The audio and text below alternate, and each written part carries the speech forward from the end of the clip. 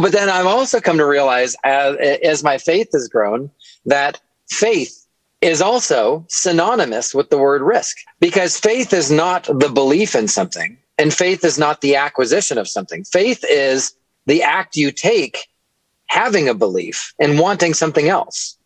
I'm imagining the fool tarot card walking off the cliff, and that's like the initial spark sort of the whole certainly journey.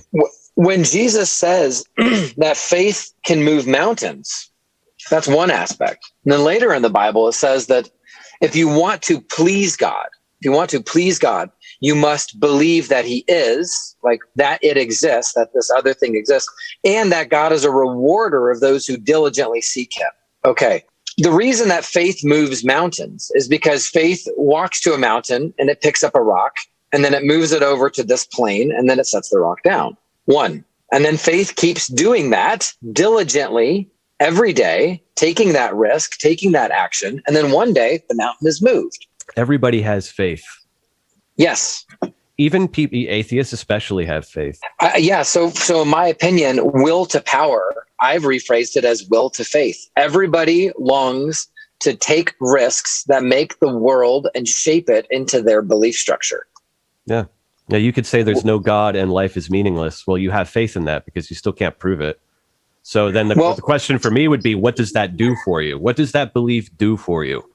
How do you put that belief into action? Yeah, so faith is the action that you take from believing one thing. And so let's say a guy says, I believe that there is no God, and I want to see a world where less people believe in God. I'm Sam Harris. I believe in evolutionary morality, that we developed morals as a function of our evolution because the people who played nice together were more likely to stay alive. So we developed morals as an evolutionary equivalent of God. We understand that we no longer need God to enforce the morality because we understand that the morality is there biologically. That's the Sam Harris argument. And Jordan Peterson would respond with, fair enough. Well, fair enough. But it's not obvious to me. Oh, sorry. Okay, so that's the that's the argument. Well, when Sam Harris writes a book, he's taken an act of faith to take his belief and bring it into reality. When he goes and does public speaking, the act of public speaking, the act of writing a book, the act of doing this and taking these risks, that action is in fact faith. Why get out of bed in the morning? Yeah.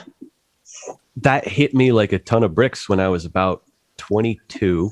I was asking a lot of questions. I really was. And I was serious about those questions. I would ask myself very serious questions and try to very seriously answer them, which is a very dangerous thing. I think I understand why some people don't always do that. But I got to that question, and I just remember laying in bed one morning, and I'm like, I don't know. I don't know. I literally don't know. And I'm looking at my walls, and I'm like, why put posters or like art on them? I'm like, that's entirely not necessary. I don't have to do that. I confronted that nihilism because it's like, well, there's a real question there. And what is the answer? The conclusion I came to, and I was able to pull myself out of that funk. And I really I catapulted in the opposite direction. Once I realized this, I kind of had this sort of absurdist epiphany. I'm like, well, yeah, exactly. Why do anything? It's all a matter of faith. It's all fucking make believe. It really is. And your will and your imagination are real, powerful things, and you get to have this temporary experience called life, and so go do that and realize that's what everyone else is doing as well. True. I'm experiencing that on a daily basis right now. I'm writing my memoir. Oh my God. Ooh. The level do you smoke a pipe while you do it? No, but I do smoke cigarettes while I do it. Get a pipe. I ought to. What I'm finding is I sit down and I go, well, why should I write this? What is the point of me doing this? It's not like my story is so epic or that it's gonna, and these are the words I hear, which is why get out of bed in the morning? Why write this? Why should I do this for 2 hours instead of playing The Witcher or World of Warcraft or something? And the answer I've come to is because I think it's fun, and that's probably good enough. And I've abandoned the hope that I'm going to write some novel that's going to change the universe. I don't know. Maybe I'll learn something about me. Maybe I'll learn something about other people. Maybe I'll finally learn to have compassion on myself. That's good enough, man.